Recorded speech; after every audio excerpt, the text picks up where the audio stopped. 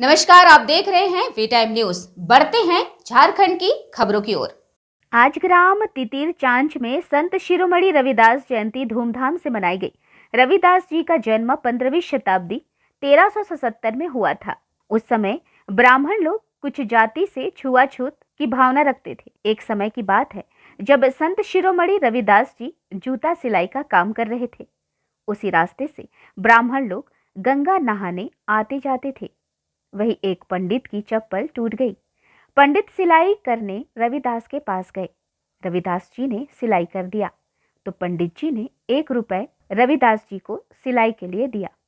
तो रविदास जी बोले कि पंडित जी, मेरे नाम से पैसा गंगा माँ को चढ़ा दीजिएगा और गंगा माँ से बोलिएगा कि रविदास ने चढ़ावा दिया है। तो पंडित लोग हंसते हंसते बोले कि रविदास जी पैसा दिए सो भूल गए।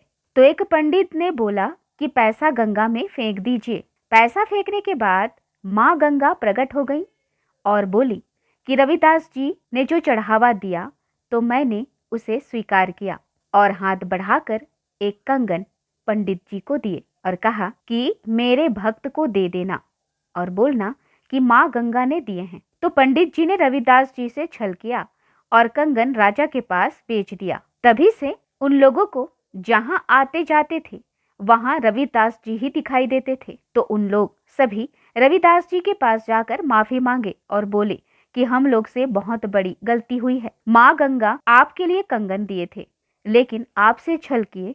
तो रविदास जी बोले कि मन चंगा तो कठौती में गंगा। तो एक बार फिर जूता सिलाई करते थे उसी कटोरी से कंगन निकाल कर दिए और बोले कि मन साफ रखिए।